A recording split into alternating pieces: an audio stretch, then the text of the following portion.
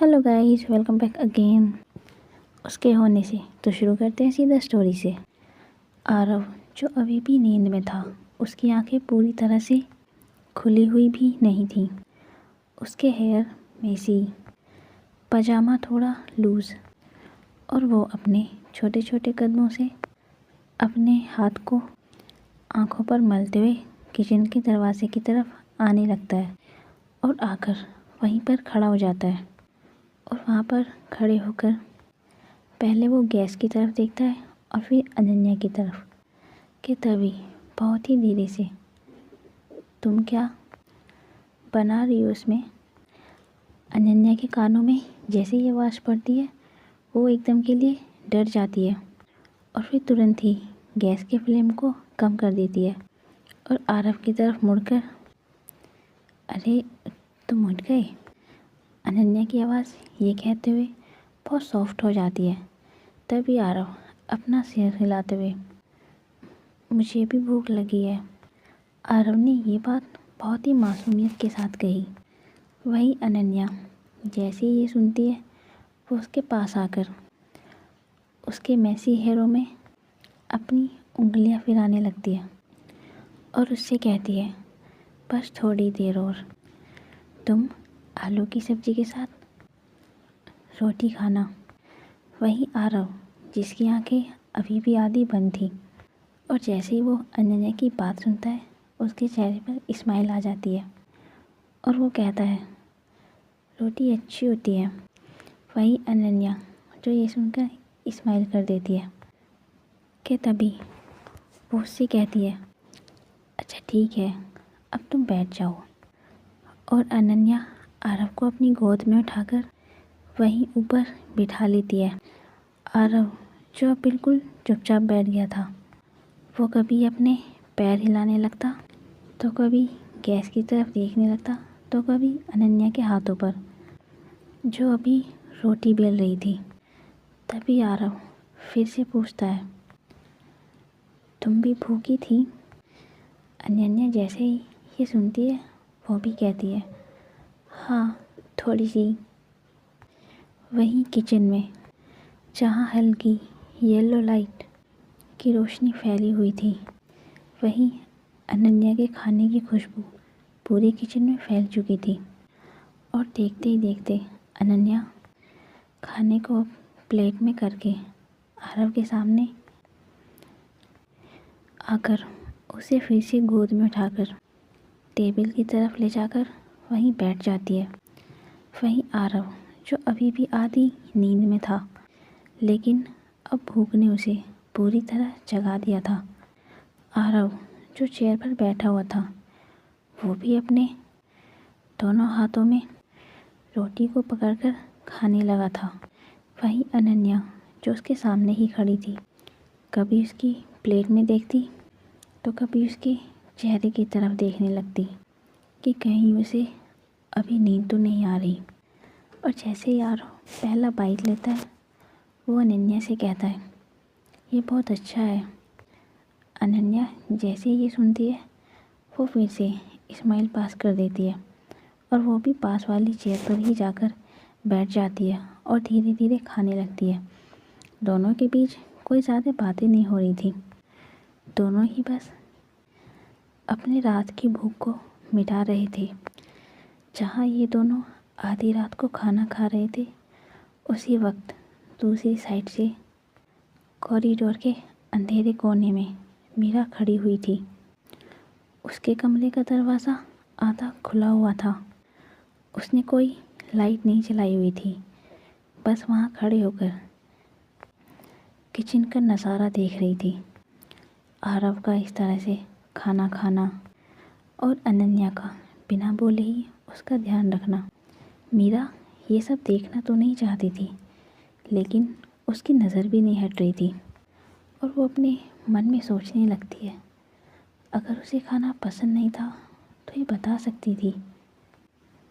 इतना चुपचाप भूखे रहने की क्या ज़रूरत थी? यह घर है, कोई होटल नहीं। और यह सोचते हुए मीरा के चेहरे पर एक शिकन सी आ जाती है, लेकिन फिर वो अपने इस थॉट को नकारते हुए उन्हें फिर से देखने लगती है। मीरा को ये बिल्कुल भी अच्छा नहीं लग रहा था कि अनन्या ने उसे कुछ कहा नहीं। और वहीं कुछ ही देर में आरव, जो अपनी आखिरी बाइट खाकर और गिलास से पानी पीने के बाद अपनी चेयर से उतरकर खड़ा हो जाता है और वो अनन्या के हाथ पर अपना हाथ रखकर, मुझे सोना है। अनन्या जैसे ही सुनती है वो भी अपना सिर हिला देती है और उससे कहती है, ठीक है चलो। और अनन्या अब प्लेट को साइड में रखकर किचन को थोड़ा साफ करके आरव को लेकर कॉरिडोर की तरफ चली जाती है। दोनों ही अपने कदमों को इतने धीरे से रख रहे थे ताकि रात में कोई आवाज़ ना हो। वहीं दूसरी तरफ मीरा, जो उनके जाने के बाद कॉरिडोर से बाहर आती है और वो सीधा किचन में चली जाती है। उसकी नज़र पहले तो प्लेट्स पर जाती है जो इस वक्त खाली थी, और फिर उस सब्जी की खुशबू की तरफ। पता नहीं क्या, लेकिन कुछ सोचते हुए वो वहीं खड़ी रहती है, जैसे उसके अंदर कुछ हल्का सा चुभ रहा हो। और फिर वो खुद को संभालते हुए किचन की लाइट्स ऑफ करके वापस वहाँ से निकल जाती है। मीरा की आंखों में अब नींद नहीं थी, सिर्फ एक एहसास था जो बड़ी ही खामोशी से उसके अंदर एक जगह बना रहा था। और रात बीत जाने के बाद सुबह की रोशनी आज कुछ अलग ही लग रही थी। खिड़की से आती धूप सीधी डाइनिंग एरिया तक आ रही थी, जैसे रात की खामोशी को धीरे धीरे धो रही हो। मीरा भी अपने तय रूटीन में नीचे आती है। हमेशा की तरह ब्लैक कॉफ़ी उसके हाथ में थी।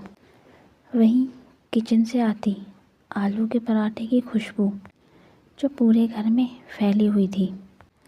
वो खुशबू कोई साधारण नहीं थी, उसमें एक अपनापन था। वो अपनापन जो बरसों से इस घर में कहीं खो गया था। जैसे ही मीरा को इस बात का एहसास होता है, उसके फेस पर एक अचानक ही स्माइल आ जाती है और वो बिना पीछे देखे ही बस इतना कहती है, सविता ताई।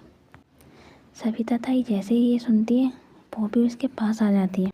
तभी मीरा बिना किसी हिचक के, आज अनन्या के लिए आलू के पराठे बना दो। ये कहते हुए मीरा की आवाज़ बिल्कुल नॉर्मल थी, लेकिन उसके दिल में कहीं ना कहीं हल्की सी घबराहट भी थी, जैसे वो पहली बार किसी के लिए कुछ खास कर रही हो और उसे पता ना हो कि सामने वाले को कैसा लगेगा। वहीं सविता ताई, ठीक है मैडम। और देखते ही देखते थोड़ी देर में टेबल पर गर्मा गर्म पराठे रख दिए जाते हैं। वहीं अनन्या, जो सीढ़ियों से उतरकर आ रही थी, उसके हाथ में उसका फ़ोन था, लेकिन दिमाग शायद किसी सोच में उलझा हुआ। और उसकी नज़र जैसे ही टेबल पर जाती है, वो एक पल के लिए तो रुक जाती है। वो पहले तो पराठों की तरफ देखती है, फिर सविता ताई की तरफ और आखिरी में मीरा की तरफ, जैसे उसका दिमाग ये समझने में वक्त लगा रहा हो कि क्या ये सच है या मेरा कोई भ्रम। तभी अनन्या, ये मेरे लिए। अनन्या की आवाज़ में हैरानी थी जो वो छुपा नहीं पा रही थी। तभी सविता ताई, हाँ मैडम ने बोला है। अनन्या का चेहरा ये सुनते ही शौक में भर जाता है। उसके होंठ अपने आप ही खुले के खुले रह जाते हैं, जैसे शब्द ही नहीं निकल रहे हो। वहीं मीरा, जो बस उसे देखती रही, और फिर वो अपना कॉफ़ी का कप नीचे रख के अनन्या से कहती है, कल रात तुम्हें बिना कुछ कहे एडजस्ट कर लिया। अगर कुछ पसंद ना हो तो घर में बोल दिया करो। जैसे ही अनन्या ये सुनती है, वो बस अपना सिर हाँ में हिला देती है और वो टेबल पर आकर बैठकर जैसे ही पराठे का एक बाइट तोड़ती है। अनन्या के हाथ थोड़े कांप रहे थे, लेकिन जैसे ही वो पराठे का बाइट खाती है, उसकी आंखें खुशी से चमक जाती हैं और वो खुद को रोक ही नहीं पाती। बहुत बहुत अच्छा है। और ये कहते हुए वो बहुत खुश होकर उस पराठे को खाने लगती है। ये सिर्फ पराठा नहीं था, ये वो केयर थी जो उसे बिना पूछे मिल रही थी। वही आरव जो ये सब देख रहा था और वो भी अपनी चेयर पर आकर बैठ जाता है और वो भी पराठे का एक बाइट खाकर। मुझे भी बहुत पसंद है। अनन्या जैसे ही ये सुनती है वो भी उसकी तरफ देखकर हंसने लगती है।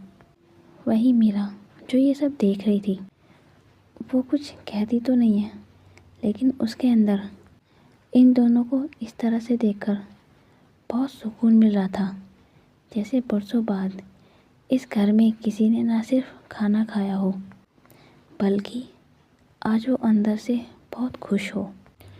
और सुबह का नाश्ता कंप्लीट करने के बाद आरव जो अपने रूम में खड़ा हुआ था, उसने स्कूल का यूनिफॉर्म आधा पहना हुआ था और उसकी शर्ट्स के बटन अनन्या जो इस वक्त बंद कर रही थी। आरव जो अभी मिरर के सामने खड़ा हुआ था वो एक बार खुद को देखता तो एक बार अनन्या के चेहरे को। वही अनन्या जो बड़े ही ध्यान से उसकी कॉलर को ठीक कर रही थी और फिर टाई को सीधा करके लगाने लगी थी, जैसे आरव की हर छोटी छोटी बात पर उसकी नज़र हो। तभी आरव अचानक ही बोल पड़ता है, आज पार्क जाना है। अनन्या जैसे ही सुनती है तभी वो कहती है, आज। तभी आरव अपना सिर हाँ में हिलाते हुए, हाँ। आरव के चेहरे पर कोई जिद नहीं थी, बस एक मासूमियत थी और बस पार्क जाने की एक चाहत। वही अनन्या जो पहले तो कुछ सोचने लगती है और फिर आरव के बालों में अपनी उंगलियों को फहराते हुए, देखेंगे, ठीक है। वही आरव जैसे ही ये सुनता है वो एक डीप ब्रीथ लेता है, जैसे वही उसका जवाब हो। और उसी वक्त हॉल से फ़ोन की एक रिंगिंग सुनाई देती है और जैसे ही उसकी नज़र फ़ोन पे जाती है वो अपना फ़ोन उठाकर स्क्रीन पर देखने लगती है। स्क्रीन पर माँ का नाम आ रहा था। अनन्या जैसे ही वो देखती है उसका हाथ एक सेकंड के लिए रुक जाता है, लेकिन वो फिर कॉल रिसीव कर लेती है और कहती है, हाँ माँ। उसकी आवाज़ बहुत सॉफ्ट थी।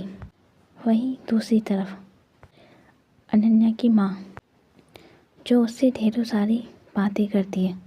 अनन्या हर बात का जवाब बहुत ही प्यार से देती है, लेकिन बात करते हुए भी उसकी नज़र सिर्फ आरव पर टिकी रही, जो मिरर के सामने खड़ा होकर उसकी बातें बहुत ध्यान से सुन रहा था। तभी अनन्या कहती है, सब ठीक है, काम भी और घर भी। वहीं दूसरी तरफ और बच्चा। अनन्या जैसे ही ये सुनती है उसके फेस पर एक स्माइल आ जाती है और वो फिर कहती है, वो भी ठीक है। और उसी वक्त आरव जो धीरे से अनन्या का दुपट्टा खींचने लगता है, जैसे कि उसे याद दिला रहा हो कि वो भी वही है। अनन्या जैसे ही देखती है तभी वो कॉल पर, माँ मैं बाद में बात करती हूँ, और वो ये कहते हुए फ़ोन को काट के रख देती है और फिर झुककर आरव के पास आकर उससे कहती है, पार्क जाना है। आरव भी बस अपना हाँ में सिर हिला देता है। इस बार उसकी आंखें चमक उठी थी और फिर वो कहता है, स्कूल के बाद। तभी अनन्या उसकी शर्ट को ठीक करने लगती है और उसका बैग उठाकर कहती है, पहले स्कूल फिर पार्क। वहीं आरव बस हामी भर देता है। शायद उसे अनन्या पर पूरा भरोसा था कि वो उसे पार्क लेकर ज़रूर जाएगी। और कुछ ही देर में आरव को स्कूल ड्रॉप करने के बाद वही रूटीन फॉलो होता है। कार ऑफिस की तरफ बढ़ जाती है। गाड़ी में अब सिर्फ मीरा और अनन्या ही थे। आज भी रास्ते भर इनकी कोई बातचीत नहीं होती, बस शहर का वो शोर, सिग्नल पर रुकती गाड़ी और दोनों के अपने अपने ही ख्याल। और ऑफिस के गेट पर पहुंचते ही मीरा जो अपनी गाड़ी स्लो कर देती है कि तभी उसकी नज़र बाहर खड़ी नंदिनी पर पड़ती है। नंदिनी जो आज गेट के बाहर ही खड़ी हुई थी, उसके हाथ में उसका मोबाइल था, लेकिन वो फ़ोन की स्क्रीन नहीं देख रही थी, बार बार बस सड़क की तरफ नज़र डाल रही थी, जैसे किसी का इंतज़ार कर रही हो। मीरा नोटिस करती है आज नंदिनी रोज़ के मुताबिक थोड़ी अलग लग रही है, शायद थोड़ी टेंस। वही मीरा अनन्या की तरफ देखते हुए, नंदिनी बाहर क्या कर रही है? अनन्या जैसे ही मीरा की ये बात सुनती है, वो भी बाहर देखने लगती है। अनन्या ने भी नंदिनी को गेट के पास खड़ा हुआ देखकर वही फीलिंग महसूस की जो कुछ से पहले मीरा को थी, कि तभी अनन्या लगता है किसी का वेट कर रहे हैं। और तभी मीरा कार को रोककर उससे उतरते हुए नंदिनी के पास जाकर बहुत ही नॉर्मल टोन में उसका नाम पुकारने लगती है, नंदिनी। नंदिनी जैसे ही अपना नाम सुनती है, वो जल्दी से ही अपने फ़ोन को जेब में डालकर अपने फेस पर स्माइल लाकर कहती है, हाँ। वही मीरा जो अब नंदिनी के चेहरे को बहुत ही ध्यान से देख रही थी, और वो कहती है, तुम अंदर क्यों नहीं आई? मीटिंग का टाइम हो रहा है। तभी नंदिनी थोड़ा जल्दबाजी में जवाब देते हुए, अब बस एक कोरियर का वेट था, इम्पोर्टेंट डॉक्यूमेंट्स थे। मीरा जैसे ही सुनती है, वो एक पल के लिए तो उसको देखने लगती है, क्योंकि मीरा को आज नंदिनी का बिहेवियर बहुत अजीब लग रहा था। मीरा अब कोई सवाल नहीं करती, बस अपना सिर हिलाकर और से कहते हुए, ठीक है, अंदर चलो। तभी नंदिनी एक राहत की सांस लेती है, जैसे वो उस बात का इंतज़ार कर रहे हो। और तीनों अब गेट की तरफ से अंदर की ओर बढ़ने लगते हैं। वही अनन्या चलते चलते बस नंदिनी की तरफ देख रही थी। अनन्या को भी नंदिनी का बिहेवियर आज थोड़ा अलग रहा था। वही नंदिनी, उसको भी महसूस होता है जैसे अनन्या उसे ही देख रही है, लेकिन वो कुछ कहती नहीं है। और ये तीनों कुछ ही देर में ऑफिस के अंदर आ जाते हैं।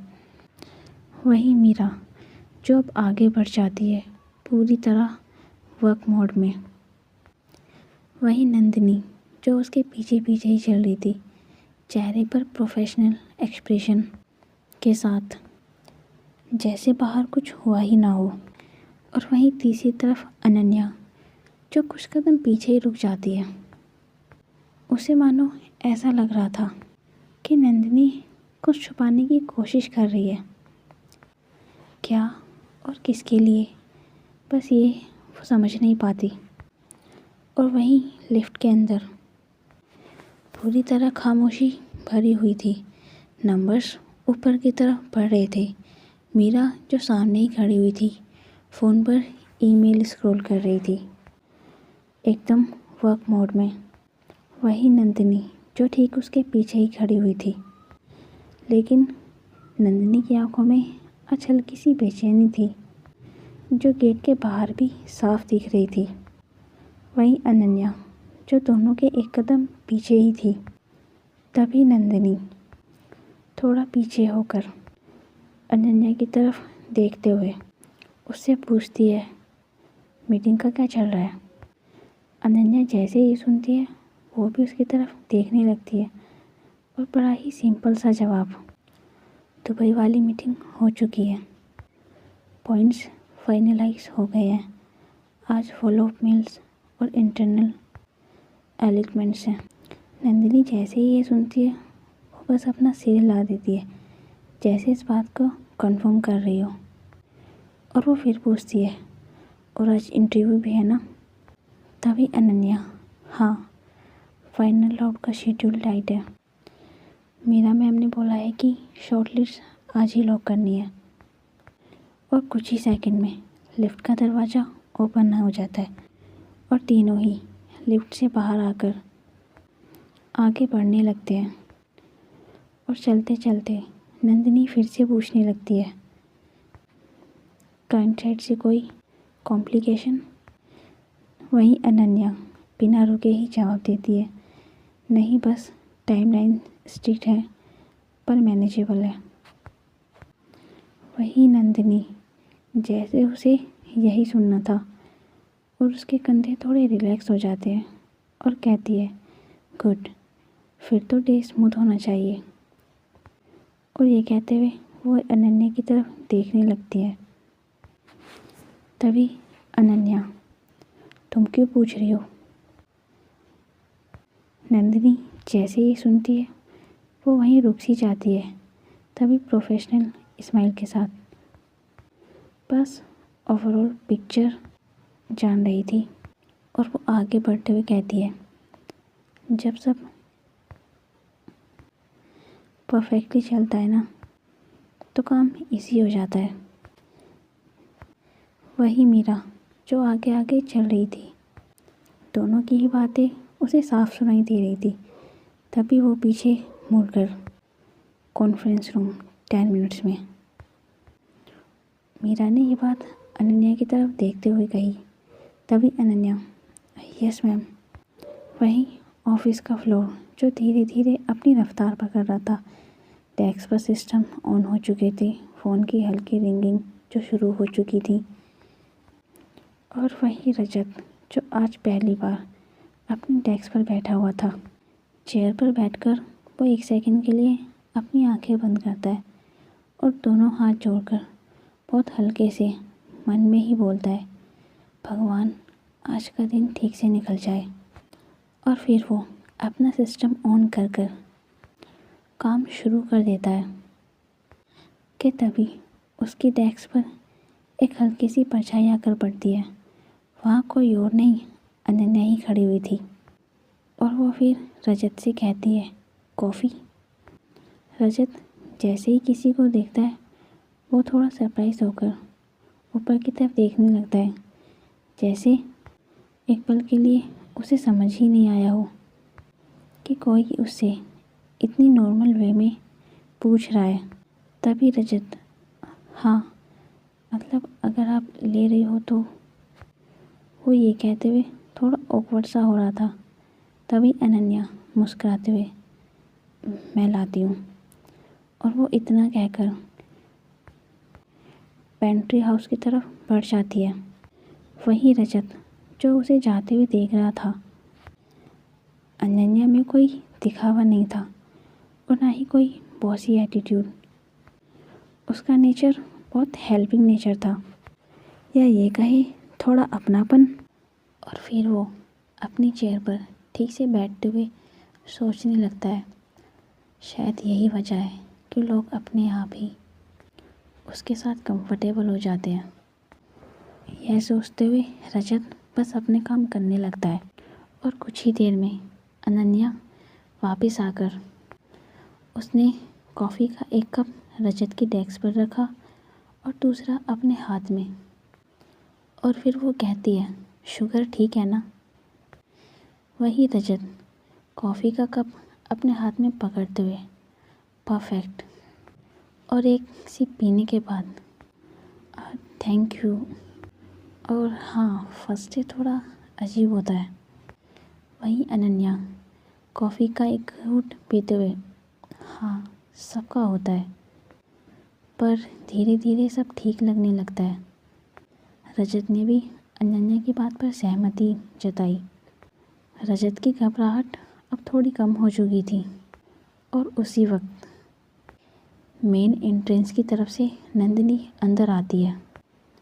गेट के बाहर की बेचैनी अब भी कहीं ना कहीं उसके चेहरे पर दिख रही थी, लेकिन उसने खुद को पूरी तरह प्रोफेशनल बना लिया था। और चलते चलते उसकी नज़र अपने आप ही रिसेप्शन साइट पर आकर रुक जाती है। कल्पना जो अभी भी वहीं खड़ी हुई थी, वही सेम कलर येलो सूट पहने हुए, और वही उसका शांत सा पोस्चर जो अपने ही डेस्क के पास किसी फाइल में झुकी हुई थी। नंदिनी की नज़र जैसे ही उधर पड़ती है, उसके कदम एक सेकंड के लिए धीमे से हो जाते हैं। वो कुछ कहती तो नहीं है, लेकिन उसके फेस पर एक स्माइल आ जाती है। वही कल्पना जो अपनी फाइल में इतनी फोकस थी कि उसने देखा ही नहीं, और ना ही उसे इस बात का एहसास था कि कोई उसे देख भी रहा है। वही नंदिनी जो अब अपनी नज़र हटाकर आगे की तरफ बढ़ जाती है। वहीं दूसरी साइड कॉन्फ्रेंस रूम के ग्लास वॉल के भीतर हलचल बहुत बढ़ चुकी थी। स्क्रीन्स ऑन थी, फाइल्स ओपन थी, और टेबल के चारों ओर टीम अपनी अपनी जगह पर बैठी हुई थी। दुबई वाले क्लाइंट्स की वीडियो कॉल कनेक्ट होने में बस कुछ सेकंड ही बाकी थे। रूम में एक फोकस साइलेंट था, वो साइलेंस जिसमें हर किसी को पता होता है कि आज का एक एक शब्द कितने मायने रखने वाला है। वहीं अनन्या जो लैपटॉप ओपन करके पूरा एजेंडा अपनी स्क्रीन के सामने रखी हुई थी, परफेक्ट नोट्स, परफेक्ट हाईलाइट, सब कुछ उसने तैयार करके रखा हुआ था। तो दूसरी तरफ नंदिनी जो साइड में खड़ी हुई थी और रूम को अच्छे से स्कैन कर रही थी, कौन कहाँ बैठा है, कौन कब बोलेगा, उसकी नज़र सब पर थी।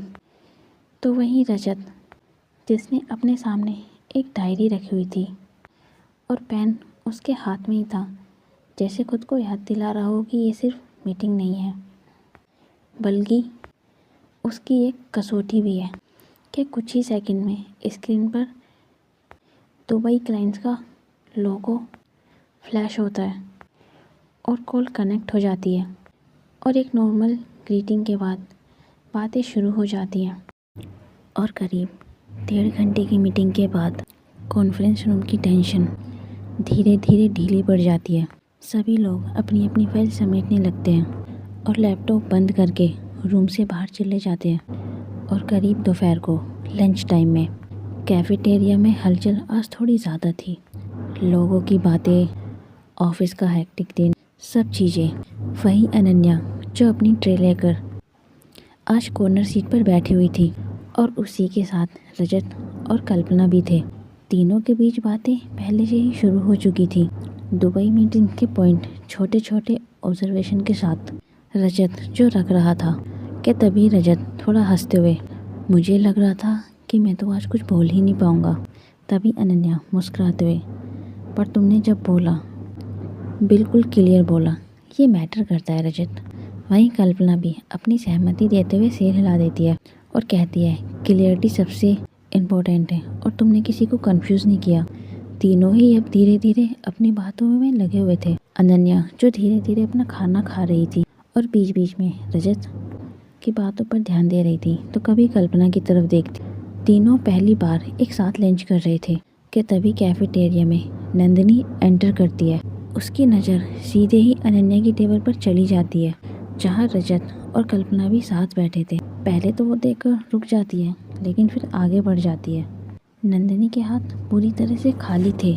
शायद आज वो अपना लंच नहीं लाई थी, या जल्दी में भूल आई थी, या शायद उसका लाने का मन ही नहीं था। कि तभी नंदिनी टेबल के पास आकर खड़े होकर, लंच चल रहा है। वहीं अनन्या जैसे ही सुनती है, वो ऊपर देखते हुए, हाँ तुम भी बैठोगी। तभी नंदिनी जो एक खाली ट्रे की तरफ देखती है और फिर हल्का सा अपना कंधा उचकाते हुए, आज मैं टिफ़िन नहीं लाई। वहीं रजत जैसे ही सुनता है, वो कहता है, कोई बात नहीं, आप मेरे साथ शेयर कर सकते हो। तभी कल्पना भी एक साथ, मेरे भी, अगर आप चाहो तो। वहीं अनन्या जैसे ही सुनती है, वो दोनों की तरफ देखने लगती है और फिर नंदिनी की तरफ, और फिर कहती है, बैठ जाओ ना नंदिनी, कुछ ना कुछ हो जाएगा।